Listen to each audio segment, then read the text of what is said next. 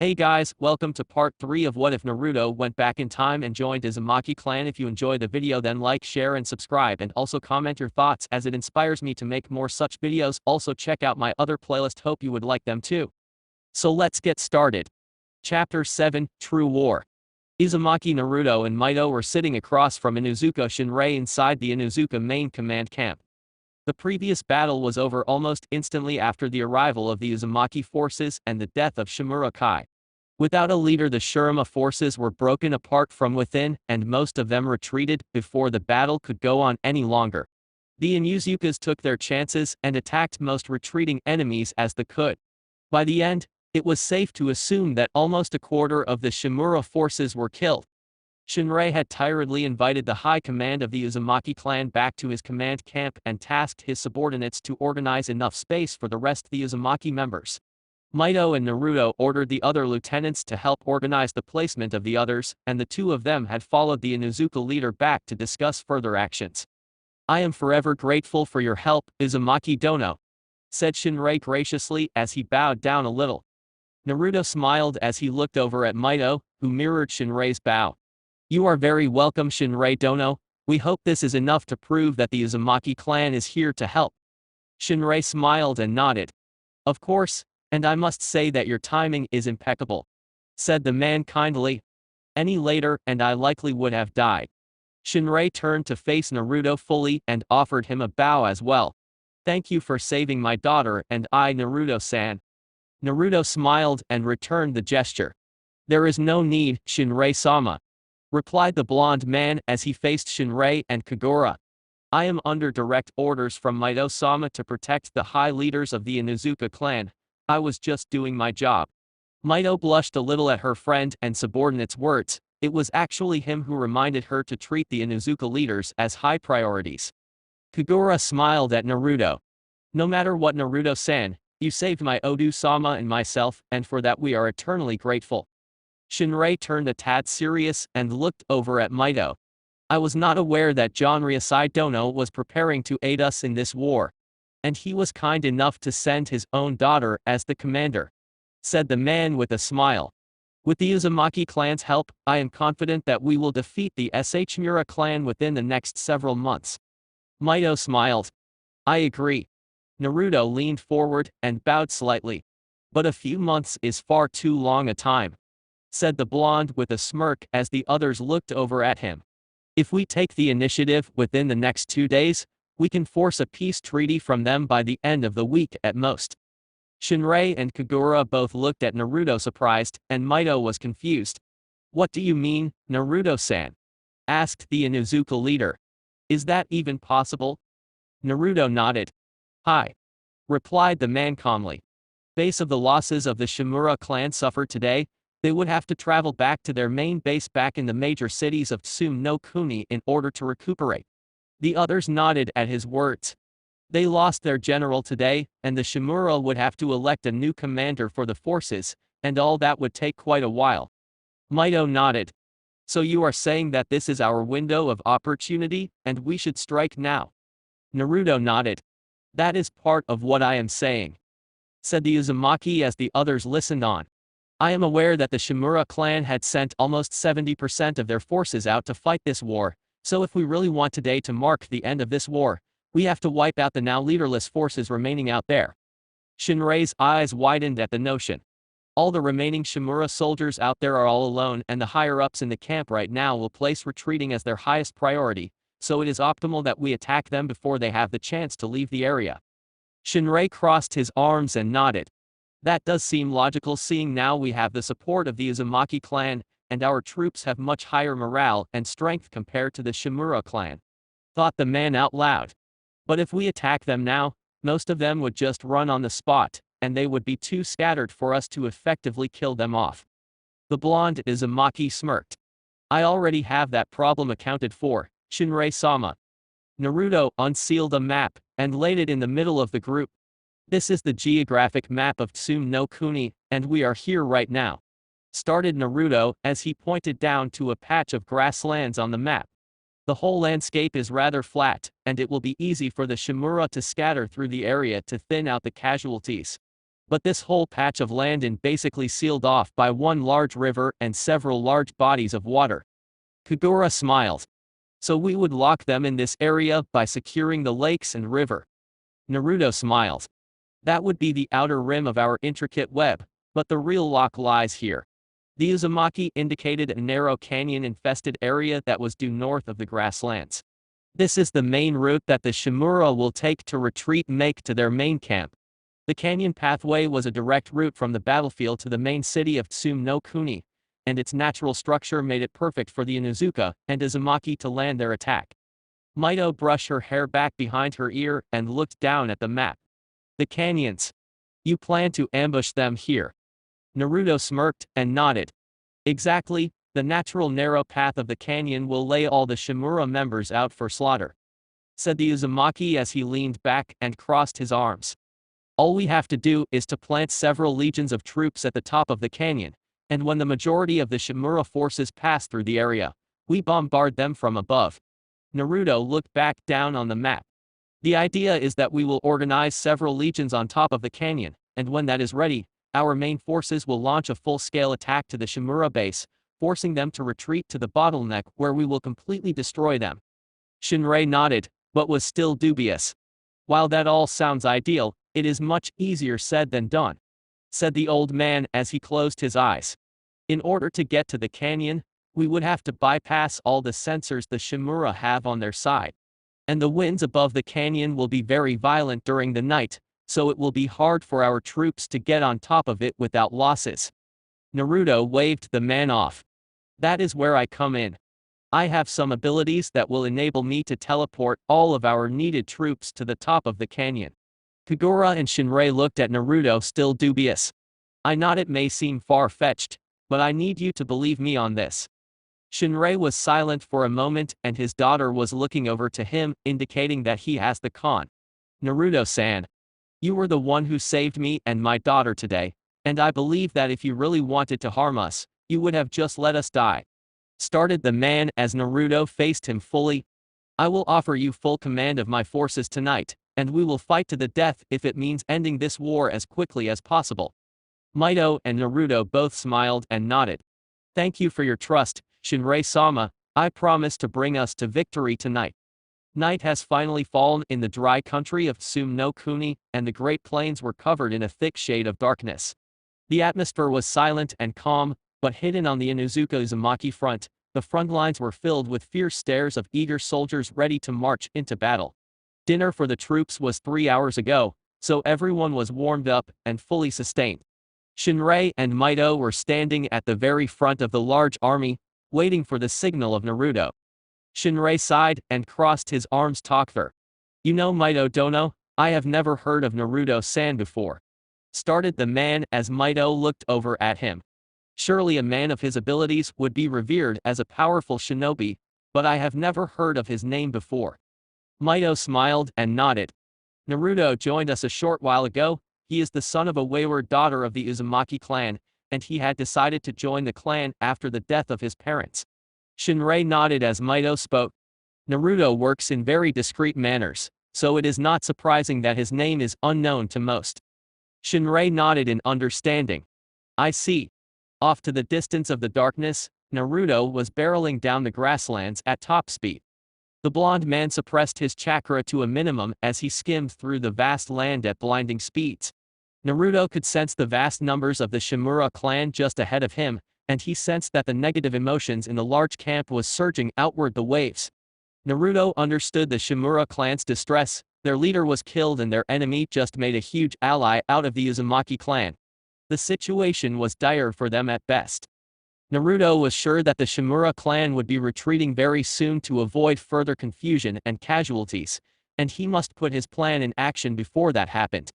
The Shimura clan was almost sure that they will emerge victorious in the war, so they made a rather permanent camp, and that will cost them several additional hours to pack up.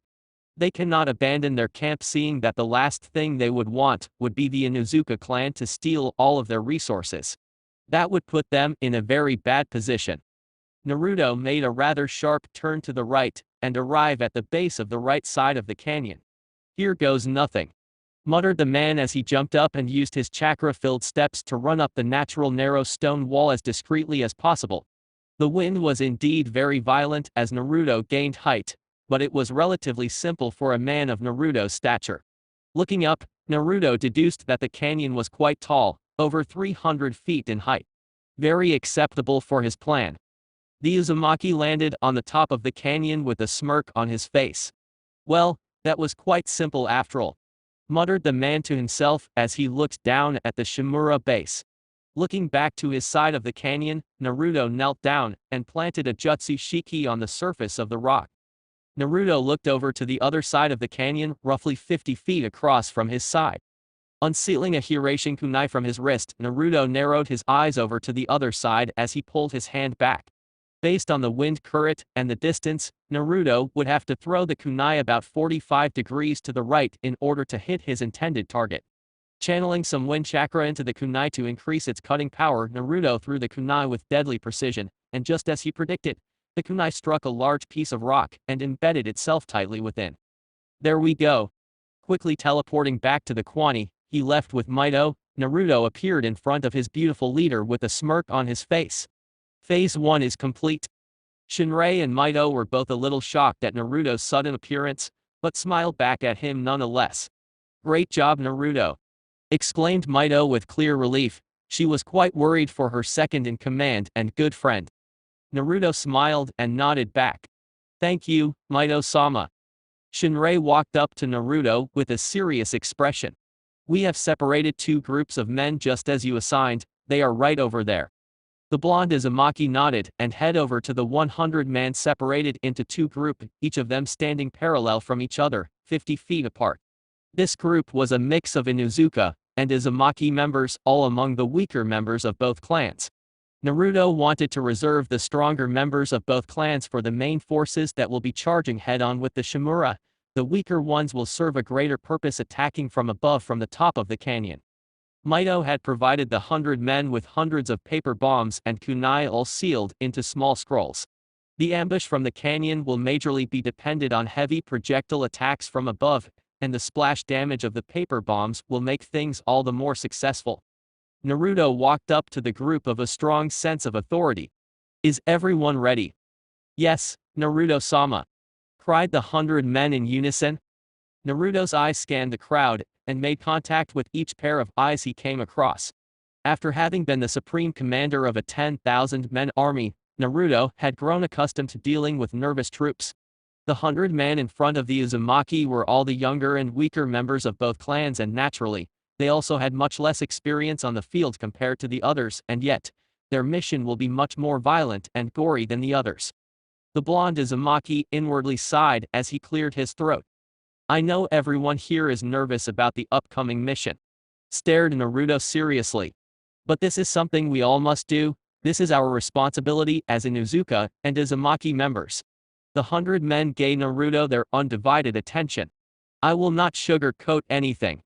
This mission will most likely be the most gory and violent slaughter you will have experienced, and some of you will feel extremely repulsed. But it is going to be okay. Mito and Shinrei were also looking back at the scene with interest. This is what we must come to accept during times of war. You all must learn that in order to stop all of this violence is to end this war as soon as possible, and that is your mission tonight. Hi! Resounded the group of shinobi. Naruto placed his hands behind his back and stared down at the men authoritatively.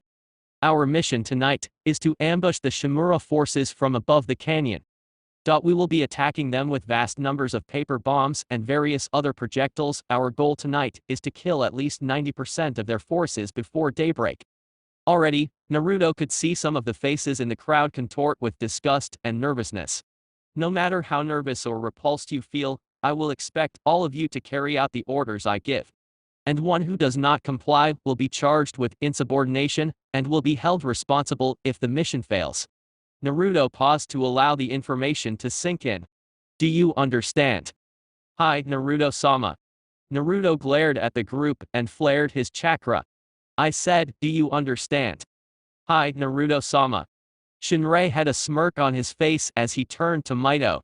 I don't know what that young man did before he joined your clan, but he is one good leader. The Inuzuka leader was impressed with Naruto's natural aura of authority and his way with words. It was truly rare to see in someone so young. Mito smiled and nodded. Yes. Naruto made 2 kage bunchins, and each of them walked up to an individual group.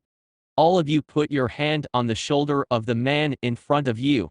The blonde Uzumaki waited through a few seconds of shuffling before each clone reached out and clasped the shoulder of the one man in front.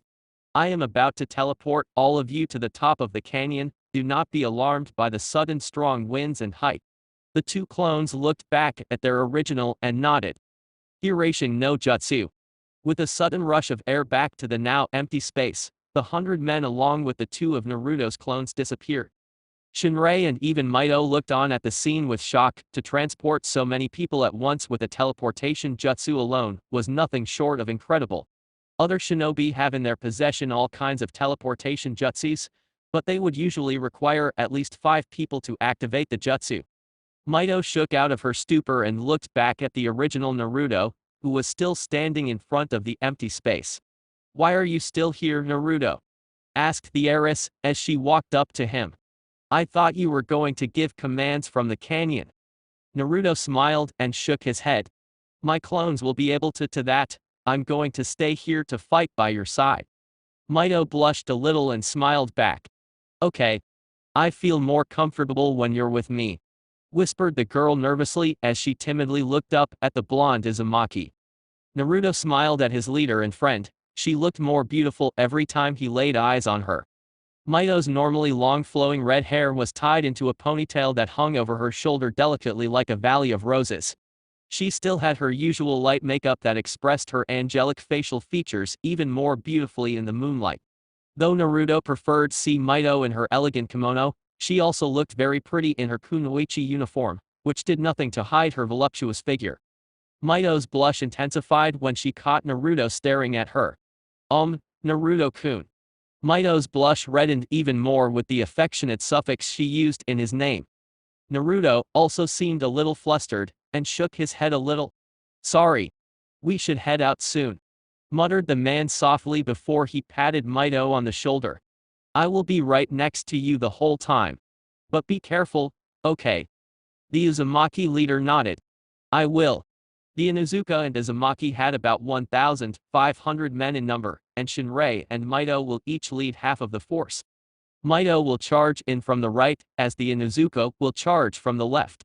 The attacking forces will basically be a U-shaped design to prevent the Mura members from scattering to the sides. But just in case, Naruto had sent 2 teams to the far sides of the area, who will be slightly ahead of the main force to prevent anyone from escaping to the sides. Despite the fact that the main goal was to force the Shimura into the bottleneck, the large army was creeping into enemy territory as silent as possible so they could have the best ambush.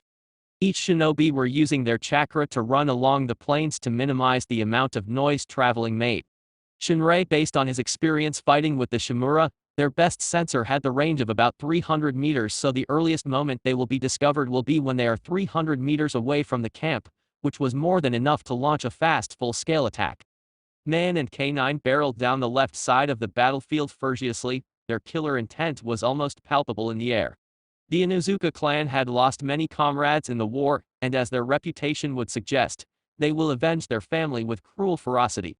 The Inuzukas bared their fangs at the Shimura clan, who had slaughtered their clansmen like animals and took pride in seeing them suffer. The death of Shimura Kai was not enough. They will kill every Shimura present in the war. Shinrei ran alongside his daughter and his ninken. "Tonight, I will avenge your brother and sister," muttered the man with a face void of any emotions as his eyes maintained locked upon the incoming Shimura base. "They killed my own flesh and blood, so they will atone with their own blood." Kagura had tears welling in her eyes, but she quickly wiped them off as a fierce expression came onto her face. "I will also avenge Ni-san and Nei-chan." Her ninken barked in response, and had a low growl between his teeth as the smell of enemy blood filled his nose. Off to the Uzumaki side, Mito had a nervous look on her face as she neared enemy territory. She knew perfectly that attacking the Shimura when they were weak was the best bet for the whole army, but despite her logical side telling her that it was alright, her ethical side was screaming at her to stop. Growing up, Mito had learned about honor and moral codes on the battlefield. Shinobi were exceptions to the codes, but acting so cowardly made Mito feel disgusted about herself. Naruto, sensing what his friend was thinking, placed a hand on her shoulder as he ran alongside her. Mito, started the blonde as the girl was knocked out of her stupor and looked back at him. I know how you are feeling right now, I am feeling the same way. Mito had a little bit of guilty shame in her eyes. It is perfectly normal for you to feel bad about this, it shows that you will be a kind and ethical leader, but this is something we must do. Mito looked disturbed and shivered a little. There is no other way. Naruto smiled and slowly shook his head. If we take this chance we can end this war immediately. Any more stalling with just cause more Uzumaki casualties. Explained the blonde Uzumaki as kindly as he could. I know that most of the Shimura clan will be wiped out today, and that is a tragedy. But I would rather kill more of them than to allow more of our own men to die. Mito's eyes widened at the obvious implication. This is what happens in war, Mito. It is a survival scenario, only the strong will win. It is unfortunate and depressing, but we must accept it for the time being. The Uzumaki heiress seemed to be digesting Naruto's words as she ran absent-mindedly. Okay. Naruto felt a striking sadness in his heart as he clasped Mito's shoulder tighter. But I promise you this. One day the Uzumaki clan will lead the clans into an era of peace, and no one will have to go through something like this again. Mito, despite her strong conflicted emotions, smiled back at Naruto with a nod. Thank you, Naruto-kun. Naruto nodded before he turned serious again and locked his eyes ahead. They have reached the 300 meters mark. Get ready, Mito. This is it. Corresponding with Naruto's words, the Shimura clan started to shuffle with activity and bright lights from the base suddenly turned on lit the area. The green grass was once again in full view as battle horns in the Shimura base blared into the distance. Naruto could already sense everyone in the camp all jump into action and hurry to defend their base entrance. The Uzumaki was impressed with the fast logistics of the Shimura, but he knew it was all futile because he would also feel tremendous fear and frustration within the base. Compared to the fierce and motivated morale of the Uzumaki and Izuka front, the Shimura stood no chance at all. Terrifying sounds of clenching jaws and deep growls came off in waves from the Inuzuka side as torrents of Getsugas were being launched into the enemy base. The ferocious and feral forces of the Inuzuka members and their ninkin shredded through the scattered Shimura forces like wind through paper. Cries of anguish and despair filled the area, causing some of the less experienced people in the attacking army to feel guilty and overwhelmed. Mito had to bite her own lips to prevent tears from spilling over her eyes. Uzumaki's attack! Ordered the heiress loudly. Hundreds of kunai wrapped with paper bombs were instantly thrown to the far ends of the Shimura base at Mito's command. Hundreds of explosions sounded through the area as the ground shook violently with the heavy damage of the bombs. The Uzumakis all let out a unified cry of battle despite all the guilt they felt, and charged straight into the disassembled Shimura base. The Uzumakis haven't been in a war in quite some time, so seeing the bloody scene in front of them was disconcerting to say the least. The normally green grass were soaked in fresh blood, random limbs were scattered around the area, and piles of unrecognizable flesh scattered throughout like discarded trash. The white leather tents were bathed in red, and the cries of pain and anguish was deafening to all. This was no longer war. This was a massacre. While it was the first time the Uzumaki launched an attack directly at the Shimura base, their forces completely overwhelmed their enemies. The Shimura members were all scattering their base like frightened deer, all scrambling to get out of their base as quickly as possible. Naruto grunted as he ran through piles of corpses toward a group of frantic enemies. "Gomen," whispered the man to himself as he sped through between them and sliced through their jugulars with his wind's chakra. It was quick and painless. Shinrei had lost himself in the midst of his onslaught. All he could think about were the faces of his dying son and daughter, and how frightened they looked before they took their last breath. His children were only just starting their lives. Yet they died before they could even be married. Just that thought filled the Inuzuka leaders with untamed rage, and that fueled him to slaughter as many Shimura members as he could.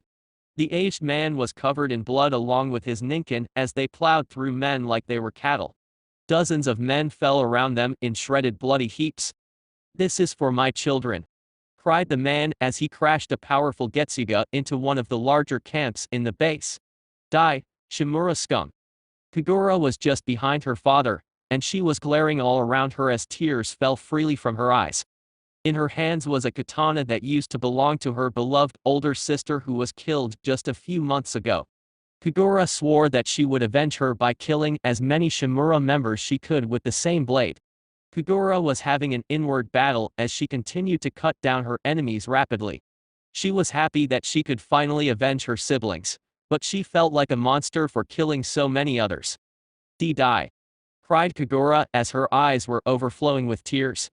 Uzumaki Mito was a short distance away from her Inuzuka counterpart, and she was in a very similar state. The young woman's clothes were just as red as her hair as she continued to kill one man after another. Mito had killed before on missions, but never did it seem too easy and casual. Personally, Mito rather fight and kill opponents who could offer her a good fight, that way she wouldn't feel as guilty as she did at that moment. Many of the Shimura members were just scrambling to the feet trying to flee from the horrible sight, but they would be cut down before they would even cry out their loved ones' names. Many of the people Mito killed still had their eyes opened as she looked down at them. And she would never forget how they would look like. It was a stare of complete and utter despair and anguish. Mito knew that they were looking directly at her as their pupils grew dim. And she felt her soul crumble more and more as she sliced through more men. Ch-ch-ch-ch-ch, cried Mito in anguish as she tried to blank herself while she slaughtered her enemies. The Uzumaki heiress held a kunai in each hand as she sped through the area soaked in blood. She could feel the stinging pain of fatigue in her feet, her hands and especially her arms. But Mito couldn't stop. Her adrenaline forced her to continue her onslaught until she had accomplished her mission. The cries of hell started to fade around her, and all Mito could hear was the sound of her own heartbeat and breath. For some reason, Mito noticed that her heartbeat was going much slower than what she would expect, and her breathing was going very slowly. It was as if time had begun to slow down for her. And the horrible scenes in front of her were being permanently carved into her mind. Mito wanted to stop. Mito wanted to cry. Mito wanted to give up. But for some reason her body wasn't responding to her commands, and she continued to spill blood onto the normally beautiful green grass. Mito felt cold. Her clothes were soaking in blood, and her armor seemed to weigh more and more with each passing second. Everything in her eyes were now red. Be it the moon, the usual white tents, and the endless green terrain. The sight in front on her was an ocean of blood and dead bodies. No matter where she looked, Mito couldn't find one shred of normality. What? Thought Mito in a frantic daze.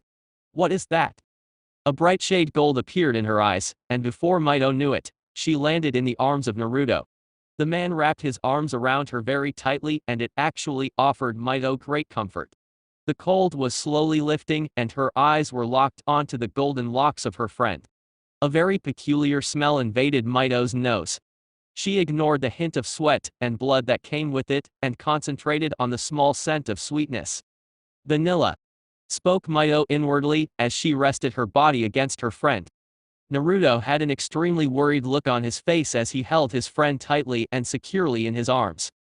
It was clear that Mito was not nearly ready for such an experience, and she was thrown straight into the middle of it without any preparations.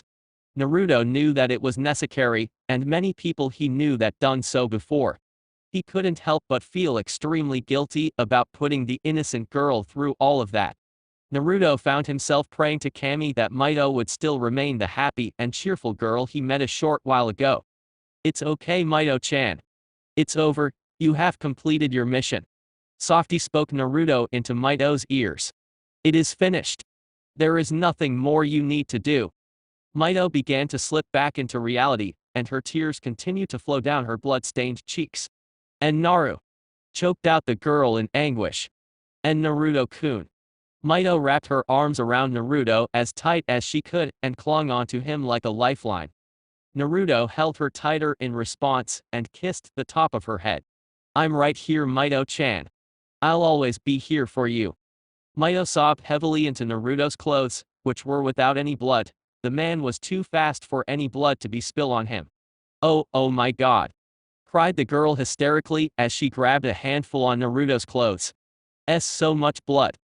The blonde Uzumaki started to channel his chakra around his body to create a warm sphere around Mito. I know, Mito-chan, but that is all over now. We finished our mission, whispered the man softly against Mito's tragically soaked hair. We can go home. We'll go back to Uzu to see Ren-kun and Asuka-san. Mito started to calm down in Naruto's arms. We'll go back to see Janryusai-sama and Ritsu-sama. We'll all go home together. Mito's eyes started to close and her tears seemed to have ceased. She finally fell asleep. Back on the top of the canyon, the two clones of Naruto were each perched on each side of the canyon. They had the ability to sense negative emotions just like their original, and they could feel a wall of despair and guilt coming from the Shimura base. The clones knew that these feelings were not only from the Shimura clan members. Most of the Uzumaki members were very frustrated. Naruto's clones sighed in unison with crossed arms as they looked down at the horrible sight. This is why I came back to the past. So I can stop all of this sooner, thought one of the clones as he closed his eyes. The second clone looked back to the 50 men behind him and saw that many of them had tears in their eyes and were shaking. The copy of Naruto could understand why the men were feeling so terrible about all this. He knew from experience. The first few years as Supreme Commander was hell. Every day he would be forced to visit and see battlefields covered with dead bodies and bloody terrain. But time was the universal solution, and the pain will ease in time. I wonder how Mito is doing, thought the second clone, oblivious to that his original was comforting the distressed heiress that very moment. From high up, it was clear that the main battlefield was leaking Shimura members quickly, and a mass of them had gathered on the open field, running towards their direction. It was almost time to strike, but according to the plan, they were to wait until the majority of the Shimura members were inside the area. Letting a few of them escape was also part of the plan. It would allow their terrifying victory to travel back to the capital of Tsume no Kuni to strike fear into them. It will give the Inuzukas better peace treaty terms.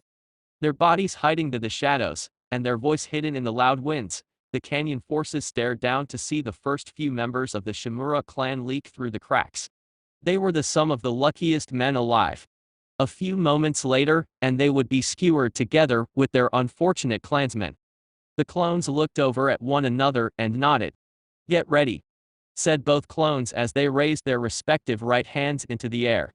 The 100 men behind them were all lined up against the edge of the canyon, all ready to descend upon the men below with a slice of hell. Both's clones' eyes turned steel cold for a second as they lowered their hands and pointed downwards. Now! At once all the armed shinobi from above created a rain of kunai and shuriken down upon the men below. They were to refrain using explosives in case they weakened the canyon structure too much, so they were inclined to use traditional shinobi projectiles. But in the narrow pathway in the canyon, one kunai was able to pierce two men overlapping each other, and together, the hundreds of weapons created a literal hell hole in the middle of the canyon. Most of the men had tears in their eyes as they forced themselves to continue until they had no weapons left, just as they were ordered to do. Most of them clamped their eyes shut and blindly threw their weapons down into the narrowed path, trying their best to ignore the loud cries of pain and begs for mercy. The Shimura men below were bellowing in fear, and some of them were egging for mercy with their hands up. But they were still sliced down. Both clones of Naruto crossed their arms and rose an eyebrow at the scene. Even for the war-hardened Uzumaki, it was rare to see such a slaughter. Naruto's plan had certainly worked like a charm, and the war was as good as over. But he and his clones couldn't help but feel extremely guilty and repulsed by his actions. With a breath of cold air, Naruto reminded himself that this was a war, and he did what was best for his side of the war. It was as simple as that. One by one, the men started to stop because they had no more weapons to throw, and most of them fell down into a crying heap. The sound below had also faded to almost nothing. A few had survived and were buried under their dead clansmen. Both clones gave the signal to stop and sighed. That's enough, muttered both clones solemnly. Good job, everyone. From far, the original Naruto saw that the barrage of weapons was over, and everything was quiet.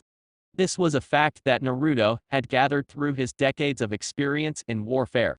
It's that the most gruesome and one-sided wars were the ones that will be the most quiet at the end. The silence was deafening, everyone seemed to be staring at the ground recollecting the last half hour that seemed like a whole year. Shinrei was holding a silent and crying Kaguya in his arms, with an unreadable look on his face. The man had been through such scenes before, but no matter how many times had he experienced such carnage, he would never become accustomed to it. But Shinrei knew that in the end, this slaughter was a good thing. At least this way his clan would be able to survive and the war was finally over. In the back of his mind, Shinrei wondered what sort of peace treaty terms the Shimura clan would offer them, and how the daimyo would try to resolve the remaining conflict. Naruto was still holding a sleeping Mito in his arms, and he took the time to carry her gently in his arms. It was at that time that a shower of very early rain decided to damp the bloodied field. It was as if Kami above was trying to wash away all the blood that had been spilled in the brief time. Naruto gently used his thumb to clean Mito's cheeks of blood and ran his fingers through her redder than normal hair. Mito looked finally a rest in her sleep, but her grip in his vest was still very strong. Naruto didn't mind, he would be with her for as long as she liked. "I'm sorry, Mito-chan," whispered Naruto as he leaned down and gently pressed his lips on Mito's forehead. "I promise you. Soon you will never have to go through this again." Chapter 8, the show continues. With the end of the war in Sume no Kuni, came a short while of peace for the Uzumaki clan. The Shimura clan had officially capitulated and had offered the Inuzuka clan a very valuable peace treaty. The treaty specifies that the Shimura clan will not clash with the Inuzuka clan for the next 50 years. Other than that, the Inuzuka will receive a considerable amount of compensation funds from the Shimura and Sume no Kuni, and they will be able to keep their native land inside the nation. Sume no Kuni had also gifted the Inuzuka with 50 acres of land near their original position, and had freed them of any taxes for the next 3 years. Inuzuka Shinrei felt extremely superior when the daimyo himself to offer him the treaty and the ownership papers. The young daimyo had an obvious fake smile on his face, and that only made the deal all the more satisfying. Jonryasai had officially met with Shinrei and the two leaders had signed an official alliance and a defense pact, signifying that they two clans were officially tied with each other, and will protect each other no matter what. The Uzumaki's name had once again been spread out throughout the lands as a powerful clan, one that was capable of aiding the Inuzuka, and almost completely destroyed the Shimura clan a day after they joined the war. By the end of the Sume no Kuni War, over 500 Inuzuka members had perished and over 1,200 Shimura soldiers had died. But in the end only a minimal 50 Uzumaki men had died, so it was safe to say that the war was a tremendous victory for the Uzumaki clan. Not only did they gain the notoriety that they wanted, they also gained a loyal and powerful ally in the Inuzuka clan. "You did a tremendous job, Naruto-kun," said a smiling Jonryasai as he looked over the full report of the war that Naruto had just provided him. "With such minimal losses you gained our clan with a new ally. This is much more than what I initially expected." Naruto stood in front of his leader and bowed in return. "You are too kind, Jonryasai-sama, I merely completed my mission," replied the man professionally. The Uzumaki leader chuckled and stood up from his desk. "You are too modest, Naruto-kun," said the man as he rounded his desk to place a hand on the young man's shoulders. "I have read all the reports provided to me, and everyone, including Mito-chan, said that you were the one that was responsible for the strategies of the battle." Jonryasai smiled and nodded approvingly. "I must say that you are quite talented as a leader." The blonde Uzumaki smiled. "Thank you, Jonryasai-sama." Jonryasai nodded back and walked over to his large window and peered down at his village. "I can feel the winds of change blowing, and soon we Uzumakis will be back on the pinnacle of the elemental nations." The leader turned back to the most power ninja in his village. "You are a blessing, Naruto-kun, a wayward son of our clan that has come back to provide us with power. And with you here, I am certain that we will continue to win one battle after another." Naruto nodded in all seriousness. "I would like nothing more than to bring our clan into greatness. But I am not proud of this violence, I will only rejoice in the fact that one day, there will be no more war because of all the effort we put forth today." Jonryasai looked amused as he looked back at Naruto. "You are quite morbid for a young man. But you are right, One-day war will no longer be needed. Naruto was not sure if he and his leader were thinking about the same ending, but decided to drop the subject for the moment. If I may ask, Janryusai-sama, how is Mito-sama doing after the war? Asked the young man with true worry. Naruto hadn't seen Mito ever since they came back to Uzoshigakure. She had locked herself in her room for the first few days and only walked around her family compound occasionally afterwards. Naruto had thought about visiting Mito, but he decided to let her have her space for the time being. The Uzumaki leader sighed. I think she is fine now. Time is the best medicine for war. Naruto bit his lips for a second before he looked back up at his leader. Is it okay if I pay Mito-sama a visit later today? Asked the man with a hesitant undertone. Janryusai suppressed the urge to smirk and nodded. Of course it is okay, I'm sure Mito-chan will enjoy your company. Naruto smiled and bowed. Thank you, Janryusai-sama, I will be sure to visit today. The main Uzumaki compound was a few miles away from Naruto's small home, and it took him a few minutes to travel there through the busy streets. Naruto had been worried about Mito for the past few days, and really wanted to see if she needed his help. The girl was obviously not ready for the horrendous scenes she witnessed during the war. At the end, Mito herself had killed over 200 men in her frenzy, which was very impressive if Naruto had anything to say about it. It was obvious to Naruto that Mito had great skills as a kunoichi and a lot of potential. The girl was already at Jounin level, and was one of the elites of the Uzumaki clan, but with more growth, she would turn into the legend Naruto knew she would become. Based on the history books back in Konoha, Mito was able to completely seal the Kyuubi into herself without any help, and that alone suggested a significant superiority in Fuinjutsu compared to all others. Naruto sighed as he approached the large gates of the Uzumaki compound, and walked up to the guards. Excuse me, I am Uzumaki Naruto, and I am here to visit Mito-sama. The guard's eyes seemed to widen at Naruto's name, and quickly nodded. Of course, Naruto-sama, please come inside. The blonde Uzumaki walked through the opened gates graciously with a confident stride and a bland stare in his eyes. The innards of the large clan home were quite impressive, just the garden was a large piece of lands with very beautiful landscapes of nature. The pink petals of sakura trees decorated and danced around the area as the wind blew through them and carried them in the wind. A small river ran through the garden with grace as many koi fish swam around in the water in luxury. There was a main path that led to the lobby of the compound, but Naruto sensed that Mito was actually much closer to him than what he expected. Looking over to the left over the tall rocks decorating the sides of the river, Naruto saw Mito sitting peacefully inside an elegant gazebo. She was back in her usual white kimono, and her beautiful red hair was once again flowing gently down her back as several strands were carried up by the soft wind. Naruto felt a smile seep onto his face as he looked over at the beautiful girl. He rejoiced in the fact that Mito looked back to normal. Though he could only hope that everything was actually alright. The young man made his way across the river and toward the beautifully crafted gazebo. The soft wind and warm sunlight soothed Naruto of his nervousness, and he smiled when the sweet smell of roses reached his nose as he walked into the girl's vicinity. Mito-chan, muttered Naruto softly as he smiled at his friend. Mito abruptly looked over and her eyes immediately connected with Naruto's own. An involuntarily surge of happiness emerged from Mito's deep thoughts at the sight of Naruto.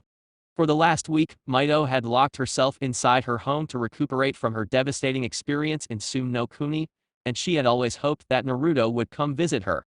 Mito was disappointed that it took Naruto a whole week before he finally came to see her, but she was glad that he did worry about her. Naruto-kun, greeted Mito softly as a smile graced her delicate features. Naruto sat down next to Mito and smiled kindly at her. I'm sorry it took me so long to visit. But how are you feeling? Mito was still constantly reminded of all the blood and dead bodies she witnessed back in the war, but at the same time seeing Naruto's blonde hair and taking in his vanilla scent made her feel safe once again.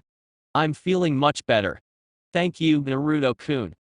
The blonde sighed lightly with his smile still on his face.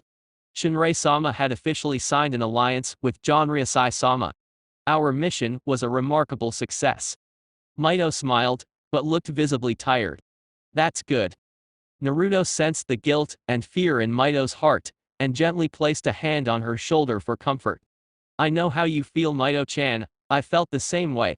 But we have to look past this, and let time drain out the pain.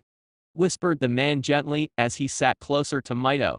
We live in a world of warfare, and this is what real shinobi life is about. As much as I hate to admit it, the war we just experienced is not a rare occurrence. The Uzumaki heiress smiled a little before she looked into Naruto's eyes. I remember you promising me that I will not have to go through that again. When will that happen? Asked the girl with a grin. Naruto nodded and patted Mito on the head. As soon as possible, I want to end the era where war is necessary, said the man rather seriously before a grin appeared on his face. But of course, I have to keep my promise to the all-powerful Mito Heim. Mito giggled as she looked up at Naruto. You bet. The blonde Uzumaki smiled at the bright look on Mito's face. Come with me, Mito-chan, I want to show you something, said the man as he took hold of Mito's hand. I'm sure you will love it. Mito blushed a little at the intimate touch and stood up.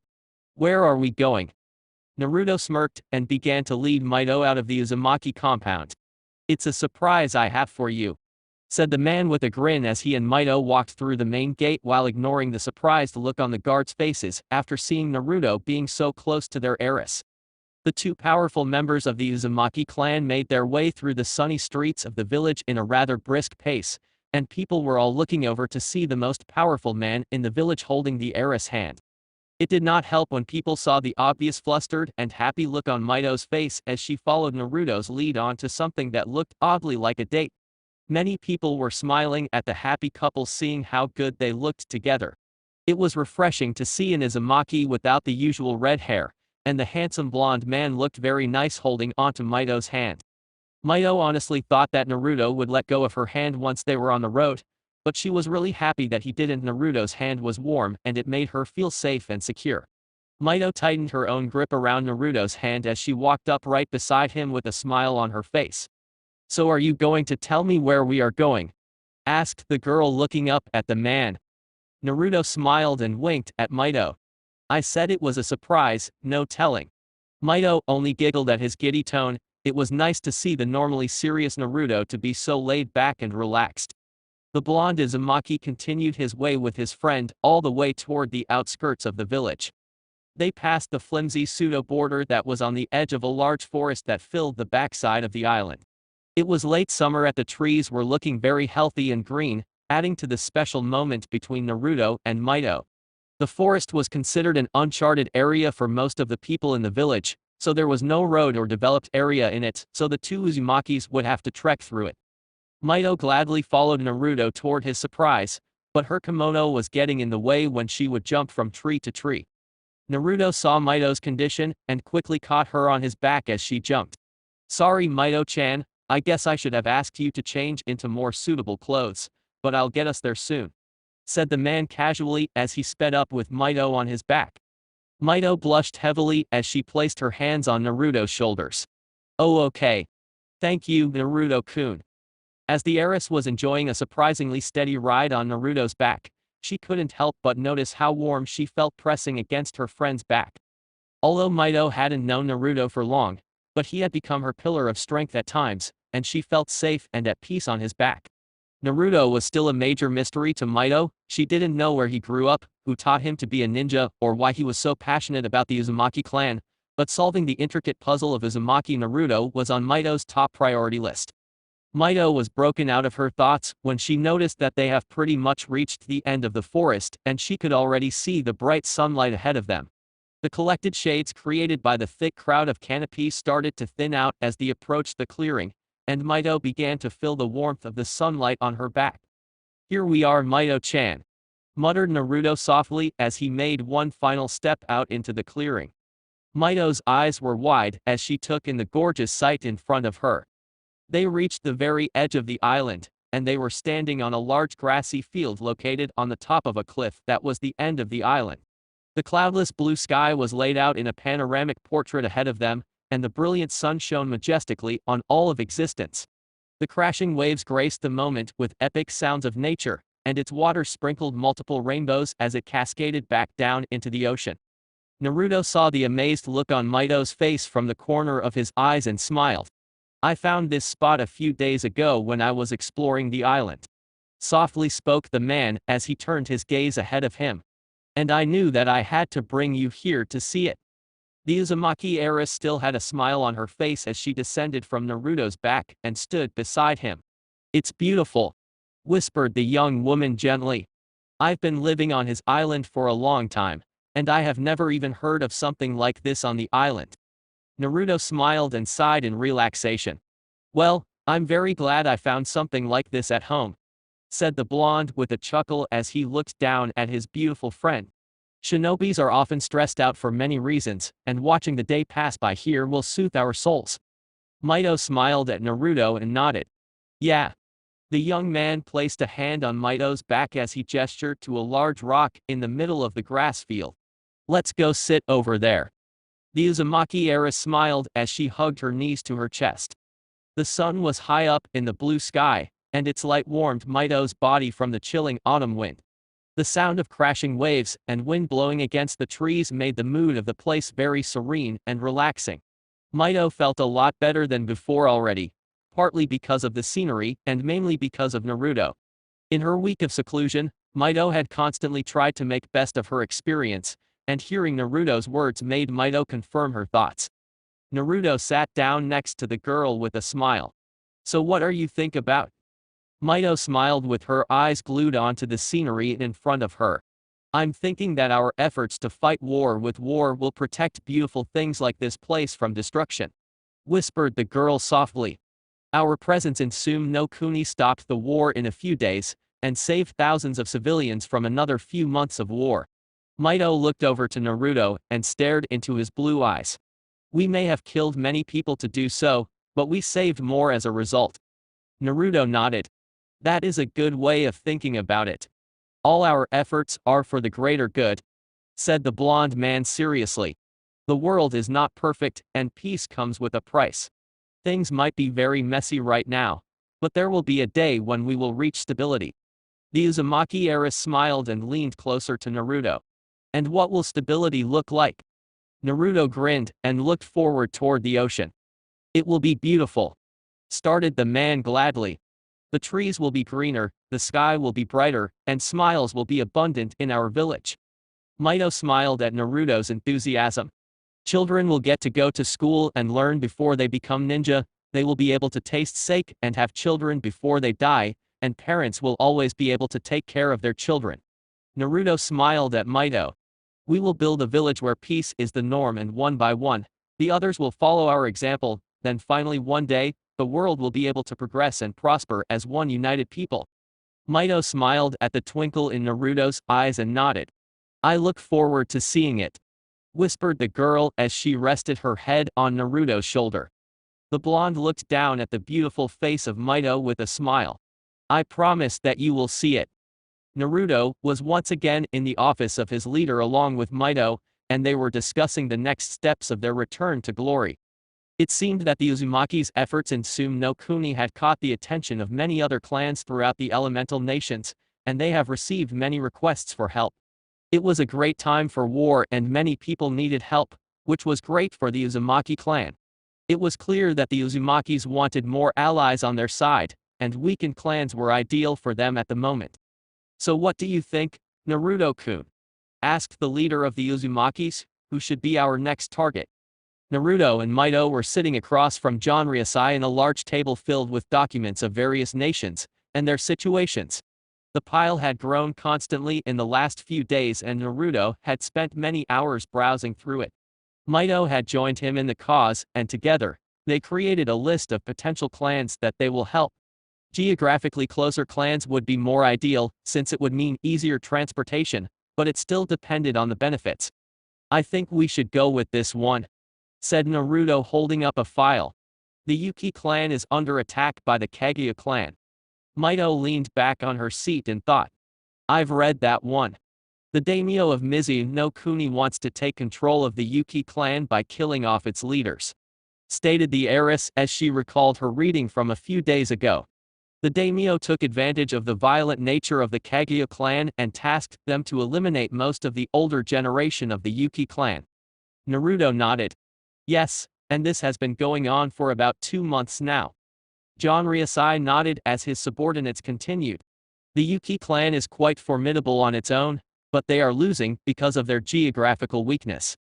Naruto pointed down at the map he placed on the table. The Yuki clan is based on the northern edges of Mizu no Kuni, which initially was ideal for their clan. Explained the blonde. Their back and sides are protected by a series of tall snowy mountains, and their front is blocked by a large river that separated them from the rest of Mizu no Kuni. John Ryusai leaned in closer at the map. That should offer the Yuki clan plenty of protection already. How are they losing to the Kaguya clan? The blonde sighed. While the natural protection can help the Yuki clan, it is also a liability because they can only keep so much resource in their isolated land, said Naruto as the others nodded in understanding. The Yuki clan is clearly not supplied enough for a long conflict, and the Kaguya clan had blocked off their only route of trade, the south of the river. The blonde circled the large river on the map that blocked the Yuki clan from civilization. The Kaguya forces have formed a line here, so it is impossible for the Yuki's regular trade routes to maintain flow. Mito frowned.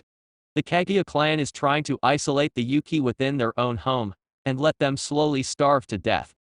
Naruto nodded. Yes, reports mention that the Kaguya are mainly attacking with members running across the river to engage the Yuki in close-range battles, which the Yuki are not particularly good at, said the blonde.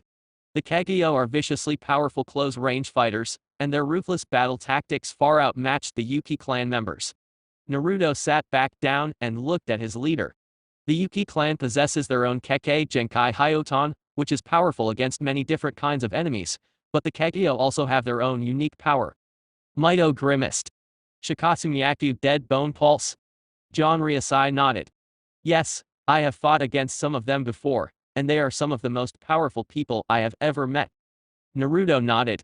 Yes, Kaguya members with Shikatsumiyaku are very hard to kill as their skeletal structure is very strong and durable, and normal attack with never break their bones, explained the blonde.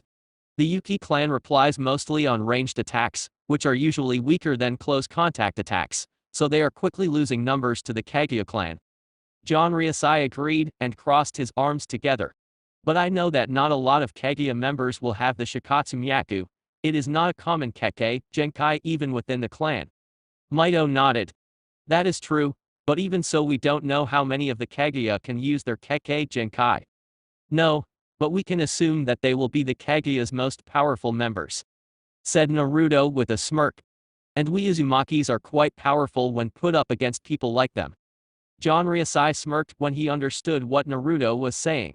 The Kaguya members with the Shikatsumiyaku will most likely be close-range fighters, which many Uzumakis can just seal into confinement. Mito looked a little dubious, but Naruto maintained his smile. A group of Uzumakis against one Kaguya with Shikatsumiyaku is good odds, and our troops will be able to seal everything that the Kaguya can throw at us. Mito sighed. I guess our sealing teams will be able to handle the Shikatsumiyaku members. Naruto nodded. Yes, then our combat forces along with the Yuki forces should be able to force a way through the river and push the Kaguya back. John Ryusai gave Naruto a look. Are you sure about that? The blonde smirked and nodded. Yes, fighting mass amounts of people with close-range attacks are my specialty. John Ryusai sighed with a chuckle. Okay then, I will give you 3 days to come up with an official plan of action, and if it is sound then I see no reason to not do this. Chapter 9, Kunai. The Uzumaki forces were once again preparing to march into battle. It has been a few days since Naruto had shown John Ryusai his official plans to aid the Yuki clan in battle, and the leader was happy with his strategy. Mito had prepared enough food and weapons for the Uzumaki army to last a war of at least 2 months, and had gotten the entire chain of command ready for transport. The morale of the army was great. After the soaring victory of the war in Sun no Kuni, the Uzumaki clan was bursting with motivation and confidence.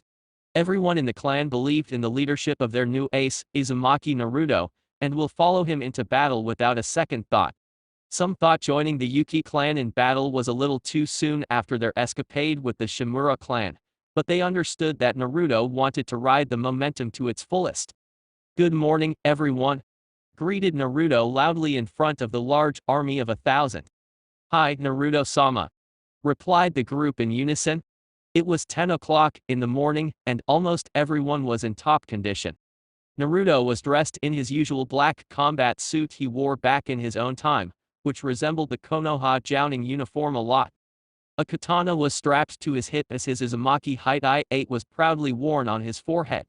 Behind Naruto were a few guards holding onto some flags with the emblem of the Uzumaki symbol emblazed on its blue background. Janryusai had decided to grandly show their clan's presence in the wars they participate in, and he gladly allowed Naruto and his daughter to represent their clan. Mito was standing right beside Naruto dressed in black armor and had her hair tied up in a bun. She had a determined look on her face, unlike the uncertain expression she had on last time. This time Mito knew exactly what she had and needed to do, and she would carry out her duty as the future leader of the Uzumaki clan no matter what. She had promised herself that she will contribute more and more in the wars they fight in, and she will fight side by side with Naruto through the carnage. In a few minutes you will all be transported to the northern edge of Mizu no Kuni. There will not be any battles yet, but you will have to be always on guard," ordered Naruto with utmost authority. "The temperature over there is very low, so activate your chakra heat seal beforehand so you will be able to slowly accommodate to the climate over there." Mito cleared her throat as she stepped up. "When we arrive at the scene, all of you need to be motionless and quiet," commanded the heiress with a loud and confident voice. "Leave the talking to Naruto-sama and no matter what, do not react violently or appear suspicious, just remain stoic and calm." "Hi," responded the entire army at once. Naruto nodded as he and Mito walked off the heightened stage and away from the prepared army. The two Uzumakis walked behind a wall of banners where they could be private from everyone else, and Naruto took the chance to place a comforting hand on Mito's shoulder. It has only been a short time since the last war, and he was afraid that Mito was still haunted by the carnage. "How are you feeling, Mito-chan?" asked the man with softened eyes. "Are you ready for this?" Mito smiled and nodded. "Yes, I am. I know what I have to do and will do it," replied the girl with conviction. "We have a very clear purpose in the war, and in the large picture, as long as I focus on that I will last through this no matter what." Naruto offered the girl a kind smile and nodded. "I'm proud of you, Mito-chan," muttered the blonde sincerely. "I know if we work together as partners, there will be nothing we can't accomplish." The heiress looked into Naruto's blue eyes and felt a lump in her chest. "Thank you, Naruto-kun." The blonde Uzumaki gave Mito a rare grin and began to focus his chakra. "Okay, it's time." Just as Naruto was about to turn back toward the army, Mito grabbed hold of his arm and pulled him back a little. Naruto's eyes widened when he felt Mito place a gentle kiss on his cheek. The blonde let out a shocked exhale as his entire body focused on the slightly tingling part of his cheek where Mito's lips were still touching. Mito pulled back with a blush on her face and smiled up at him. "For good luck." Naruto got over his shock and smiled at the happiness that was surging inside his entire being. "You know," started the man with a whisper, "it works better when you kiss me on the lips." The heiress blush flared, and she shoved Naruto lightly. Don't push it, Naruto-kun." The blonde chuckled and leaned in to kiss Mito on her forehead. "I'm just kidding. And good luck to you too," whispered the man softly as he pulled Mito into a one-armed hug. "Let's go." Naruto pulled away and walked back to the main army with a smile on his face. Mito started to follow behind the most powerful man in her clan, but she was trailing back because she needed to suppress the dark blush on her face. Unknown to Naruto and Mito, Uzumaki Ritsu was standing up on the balcony of Janryusai's office and saw the whole thing. The woman smiled at the happy blush on her daughter's face. She knew that Mito has developed feelings for Naruto, and she was happy for her. Ritsu always wanted her daughter to marry a man who she loved and could protect her, so Naruto was the perfect choice. "Take care of my little girl, Naruto-san." The 1,000 members of the Uzumaki clan were spread out in columns and rows, 20 columns across with 50 people in each row.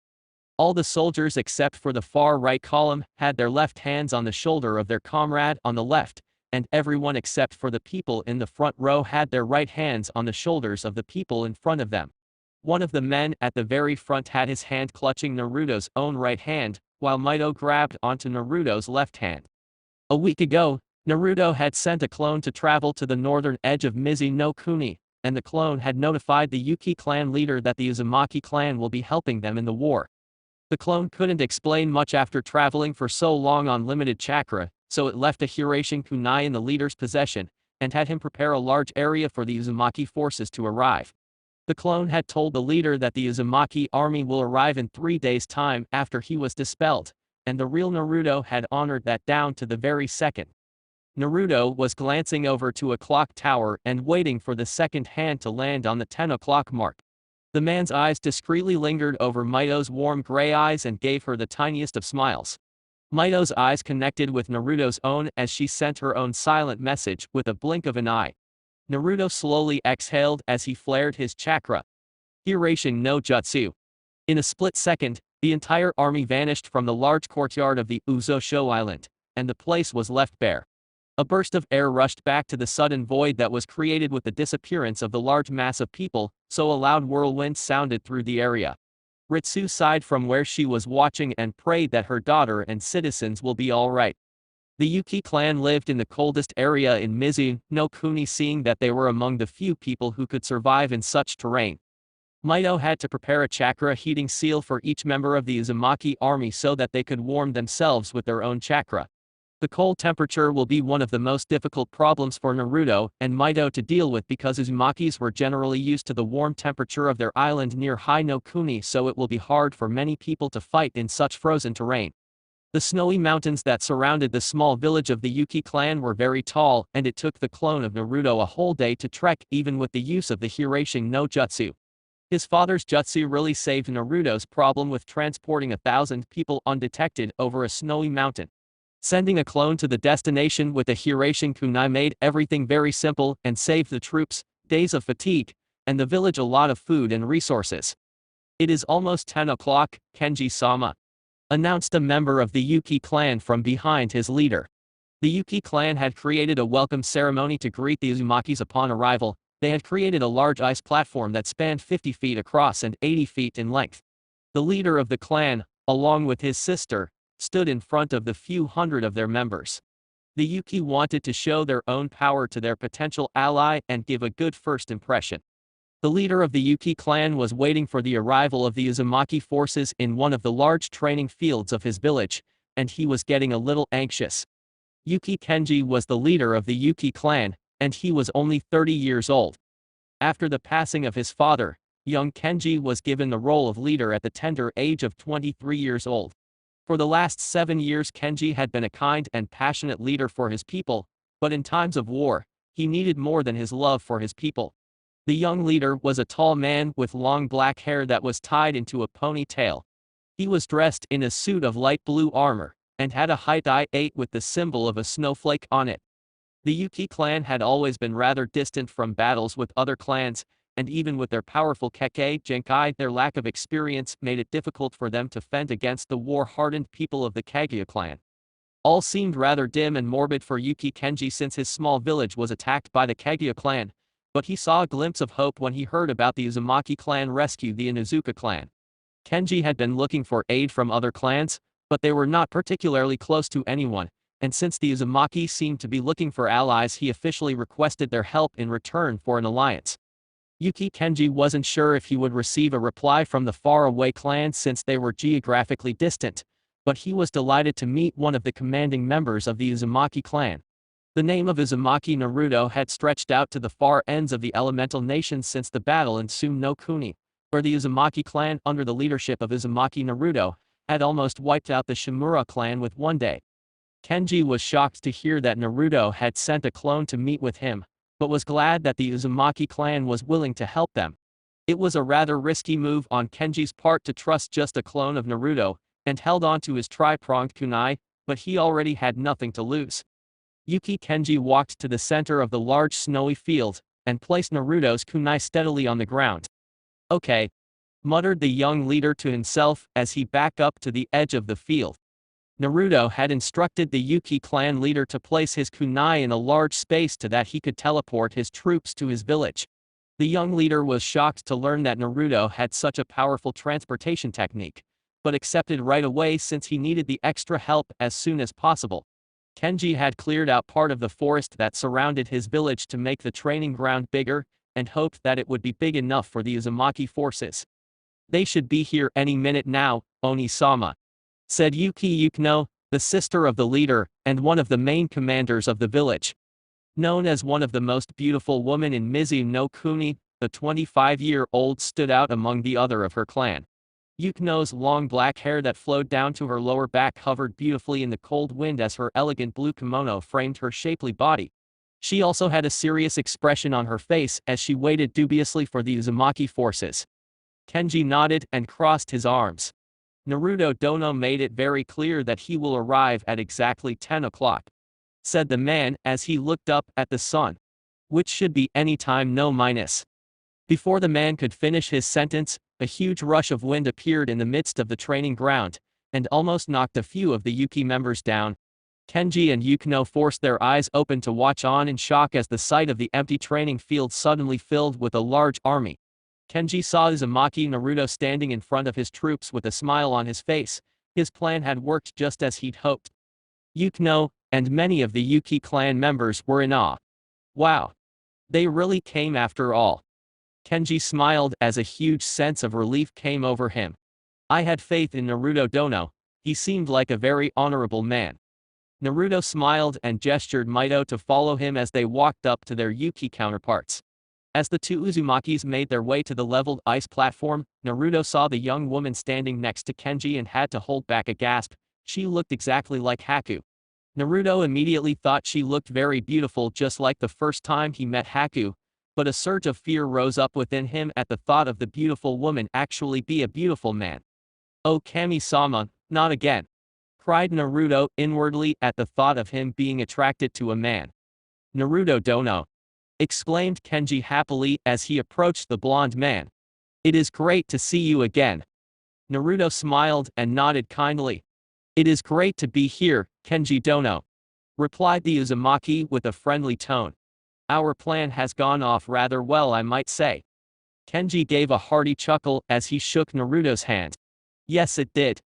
The Uzumaki smiled and gestured over to Mito, who was standing next to him with a smile.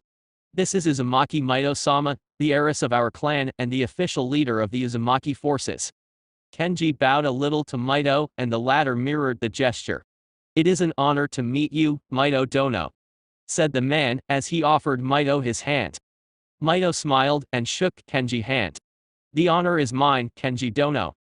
The Yuki leader reached back and grabbed the hand of his sister. This is Yuki Yukino, my sister and the second in command of the clan, said Kenji as Yukino walked up to the group with a smile. Naruto inwardly sighed in relief. Thank Kami-sama, she is a girl. Mito smiled and shook hands with Yukino. It's nice to meet you, Yukino-san. Yukino smiled and nodded back. It is nice to meet you too. She then turned to the handsome blonde man next to the Uzumaki heiress and offered him her hand. It's nice to meet you as well, Naruto-sama. Naruto smiled and gently shook the woman's hand. Thank you, it's a pleasure. Kenji smiled at the bonding diplomacy and stepped back a little with his sister. Why don't we bring this indoors, and I'll have my people help your troops settle into the rooms we have prepared. Kenji had constructed a new side building out of ice and had some warm installation filling the sides, and it would fit the Uzumaki forces quite nicely. Naruto and Mito passed their forces into the hands of the other lieutenants of their clan, and tasked them to settle into the space the Yuki clan had provided for them. The two commanding Uzumakis followed Kenji and Yukino into the main compound of the Yuki clan home, which was made mainly out of wood, and settled down in a conference room.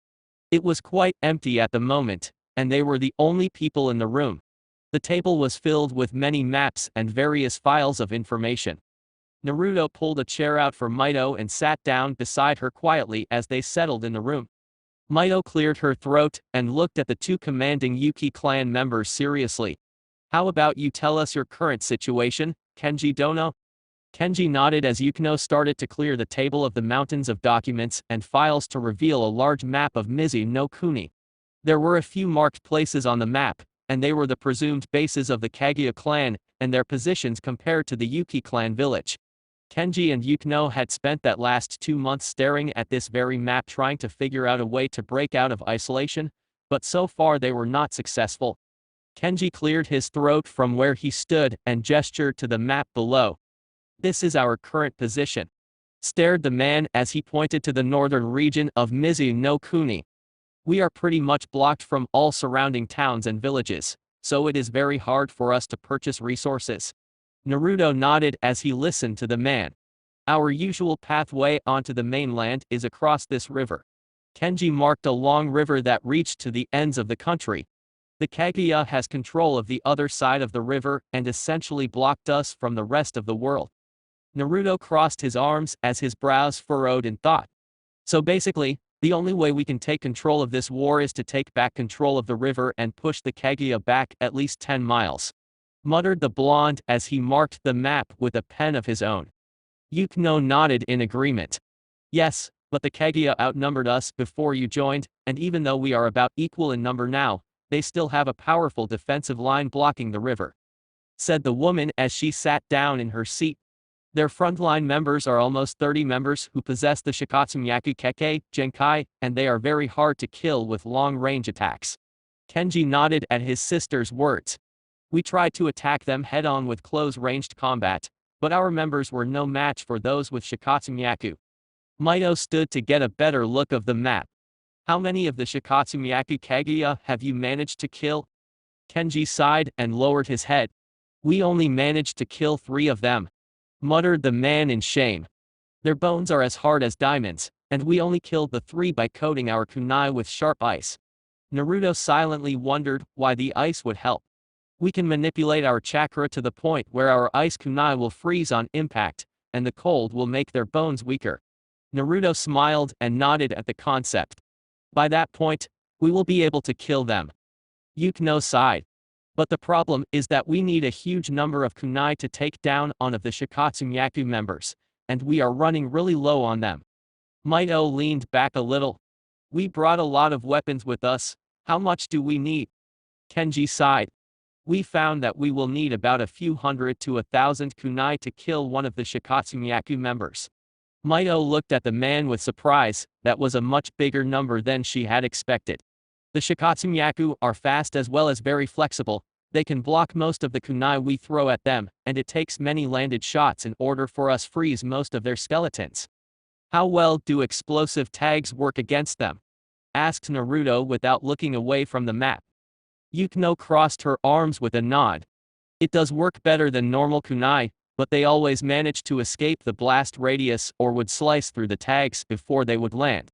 Naruto nodded at the woman's words. Even when they manage to land a successive blow, the people with Shikatsu-myaku can shield themselves by pushing out their ribcage. It is disturbing, really? Naruto smirked. Well, what if I told you that we can seal your Hyoton chakra into a tag like an explosive tag? Kenji and Yuki's eyes widened. You can do that? Mito smiled and nodded. Yes, we often create elemental explosive tags like these back home. It is quite easy for us to make. Naruto sat down and grabbed hold of a piece of blank paper on the table. The seal is quite similar to the normal explosive tags. All we have to do is change the content sealed into the tag. Said the man as he wrote some symbols on the paper. Instead of channeling concussive or fire chakra into the paper, we leave it empty and let your men to channel Hyoton chakra into them. Naruto passed the piece of paper to Kenji with a smile on his face. If you can do the honors, Kenji dono. Of course. Muttered Kenji as he channeled his Hyoton chakra into the piece of paper before handing it back to Naruto. The blonde completed the seal with a few more symbols and had a smile on his face. It will look something like this.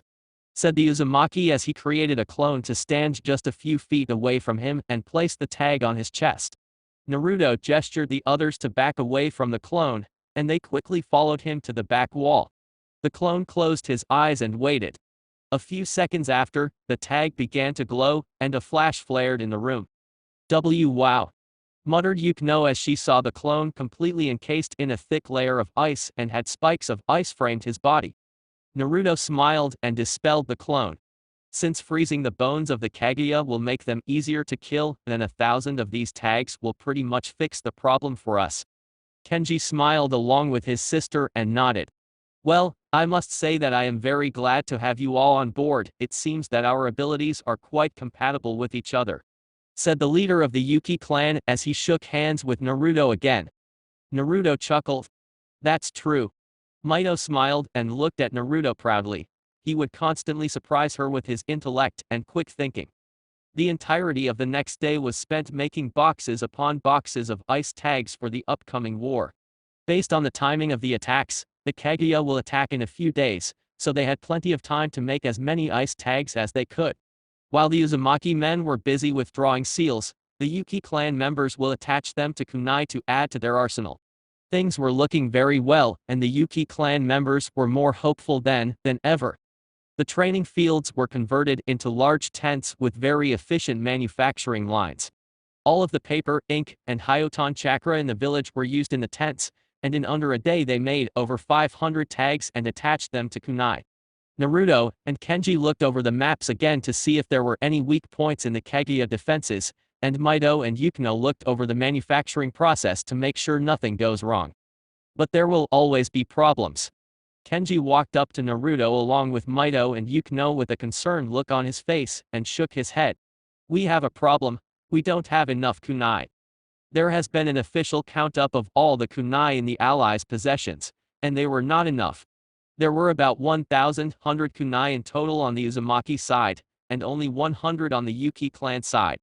Ideally 2,000 kunai will work best, and will leave room for error, and they were short by 900. The Yuki clan had used up most of their kunai in their 2 months of war, and it was impossible for them to buy more from other places in Mizu no Kuni since they were blocked off. Mito crossed her arms. "Do you think you can teleport back home to take more?" Naruto shook his head. "No, we don't have 900 spare kunai just lying around. We need to figure something else out." The group fell into a tense silence as a few minutes passed and an idea suddenly popped into Naruto's head. From the reports, Naruto had read that the Kaguya had created a long defense line along the river, and will attack any people who dare trespass their territory. The Yuki clan had attacked the river blockade many times in the last 2 months, and they figured out that the Kaguya's defenses were mainly of shooting down incoming enemies with projectiles, and the allies can certainly use that to their advantage. The Uzumaki looked over at Kenji. "Kenji Dono, how many boats do we have right now?" Kenji was a little confused but recalled reading through the assets log a few hours ago. "About 80 right now." The blonde turned to Kenji again. "Also, what do you know about the chakra sensors of the Kaguya clan?" It was Yukino who answered. "The Kaguya clan isn't really known as people who are good sensors, and we haven't really run into any of them before." Naruto smirked and nodded. "Perfect. I know what to do." The group of commanders followed Naruto to the harbor connecting the river to the land, and they saw the series of boats that were connected to the harbor. Most of them were transport boats used for civilians and merchants, some of them were for fishing, and only a few of them were armed with arrows and roofs. Naruto crossed his arms as he gazed down at the river that almost covered the horizon, and the faraway lands of the Kaguya were mainly covered with mist. "Yukino-san, can you please order a few groups of people to start taking off the roofs on those battle boats?" asked Naruto with a smile. Yukino nodded, but was still extremely lost. "Okay, but why?" Naruto grinned. "You'll see," mumbled the blonde man as the other remained confused. Yukino and Kenji looked over to Mito to see if she knew what Naruto was doing, but she was just as lost as they were. "By the way, Kenji-san, I saw a bunch of kids making snowmen with their chakra. Can everyone do that?" Kenji nodded as he recalled doing it himself as a kid. "Yes, every child will learn how to do that in this village." Naruto smiled and turned to face the group. "Okay then, I will take care of the kunai problem," said the man casually. "The 3 of you still have your own jobs to do and they need you in there. I can take care of this myself." Kenji trusted Naruto, but was a little concerned. "Are you sure about this, Naruto Dono?" The blonde nodded. "Positive." It was early in the morning, and the river was covered in a thick layer of mist. The sun was just peeking out of the horizon and created long shadows with everything that it shone upon. Naruto had gathered about 50 men last night to help him prepare the things he needed. He had taken off the roofs of the combat boats, and had all of the other boats ready for use. There were 80 boats in total, and all of them were in good condition. Just in case, Naruto had several Yuki clan members encase the innards of the boats with a layer of ice to strengthen their resistance, and in a few hours they were all ready for Naruto's plan. The children of the Yuki clan had a great time making as many snowmen as they could on the boats, and on average about 15 snowmen can fit in each boat. Naruto had instructed the children to make the snowmen about the size of a normal person, and they have done a good job on that. Mito, along with Kenji and Yukino, stood behind Naruto as he looked out at his boats. "Okay. In a few moments we will begin," announced Naruto as the worker on the boats began to retreat back to land. Naruto made 81 cage bunshin, one for each boat, and one to stand next to him. Naruto had them stand at the back of the boats to act as the engine. Each boat was connected to each other by a series of ropes, and the very back ones were tied to the harbor with many very long ropes. Mito walked up next to Naruto.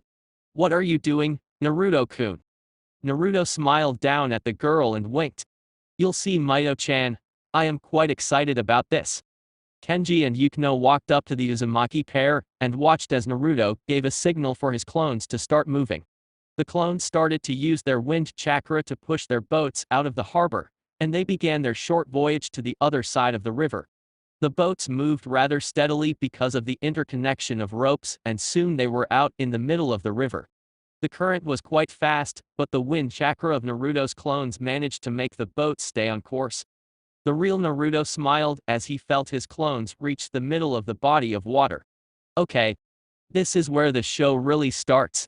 The clone standing next to Naruto dispelled, transferring his memory to the rest of the clones. The clones reached down to the boats and grabbed a battle horn.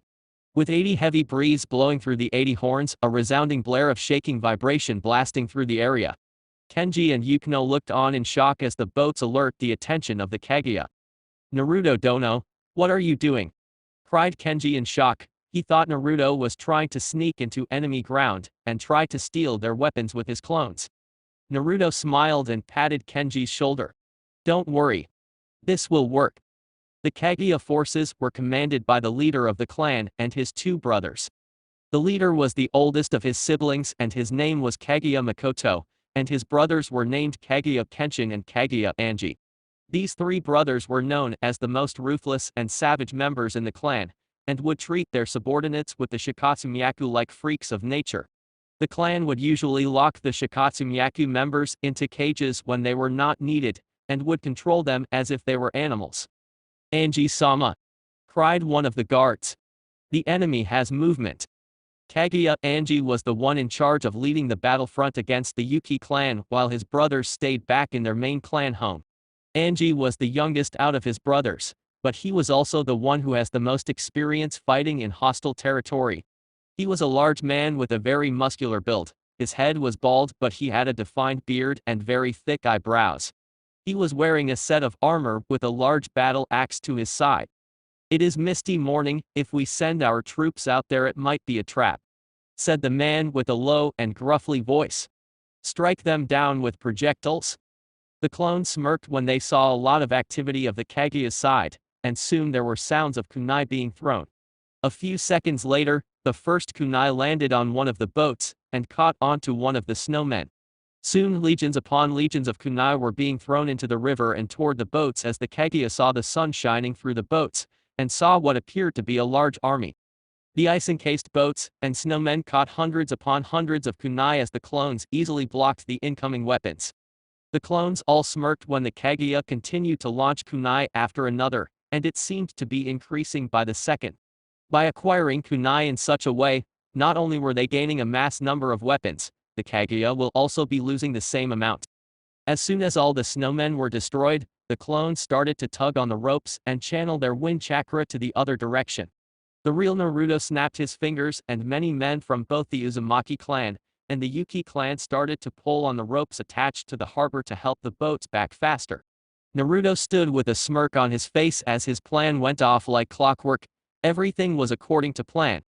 Anji smirked when he saw the enemy boats start to back away from their side of the river and took it as the enemy retreating. The fact that the Yuki launched a large-scale attack against them was not surprising, They were fighting an isolated and losing war, and Angie saw this as their last effort of retaliation. "The enemy is retreating," cried the large man loudly. "Keep the pressure strong." Angie was laughing the whole time the Yuki ships were retreating, especially when he saw the shadows of the men on the ships fall one after another. Kenji's eyes widened with a smile. "I see what you did." Naruto smiled as the boats all came into view and were covered with hundreds of kunai. The snowmen had caught most of the kunai and they harmlessly stayed on the boats, so each boat was filled with as much kunai as they could carry. There were a lot more than 900, it seemed that the Kaguya really wanted to kill everyone. Mito and Yuki looked on in awe when they caught onto what Naruto just did. Naruto smiled. "We don't need to use our own weapons when they have so much to spare," said the man with a smirk. That's it for this part. If you enjoyed it, then like, share and subscribe for the next video as it's going to be more interesting, and also check out the other playlist. Hope you would like them too.